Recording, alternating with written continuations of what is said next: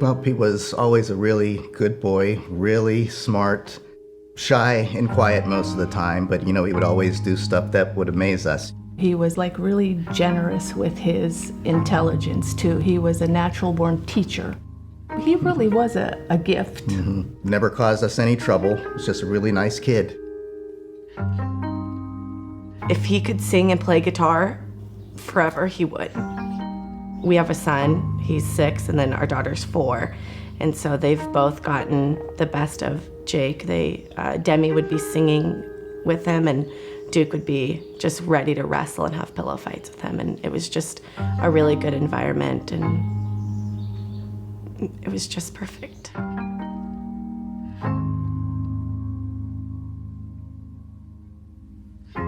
We got a text from his girlfriend. He basically sent her a text at like 1 o'clock in the morning saying, "I'm gonna go kill myself." We actually did get in an argument, and he left that night and didn't come back, and I wasn't sure where he had gone. I thought he had stayed at a relative's house, so I called friends.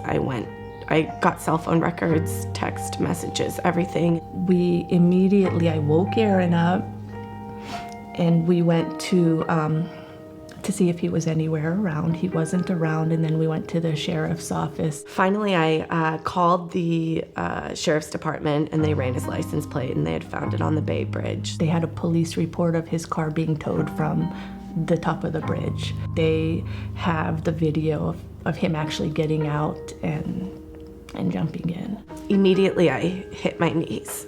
When I bring myself back to how I felt at that moment, I can still feel the pain. They pretty much told us that nobody really survives that jump.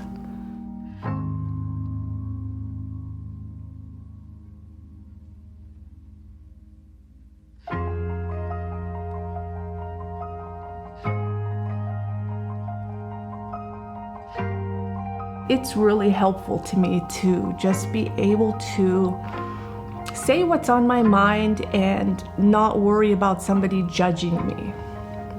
And I feel that. I feel that at SOSL. I think with suicide, it's just such a, why did he do it? Why are we going through this? And you feel alone.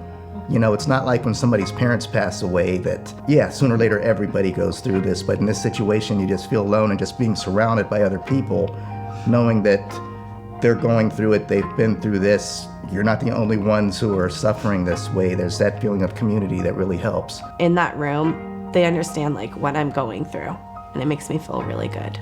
It's definitely helped me during my healing process. Being in a room with other people that know what suicide is, and we can all say we're shocked, and we all understand why we're shocked.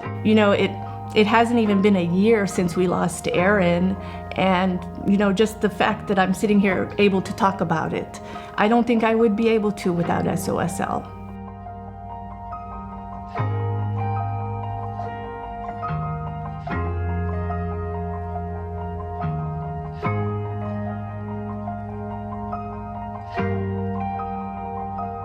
You heal faster when you can bring things out in the open.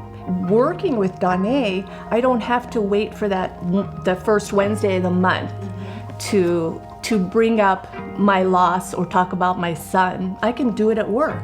And it really is a blessing. I think so too. Knowing that you have that common bond and you've all gone through it makes a big difference.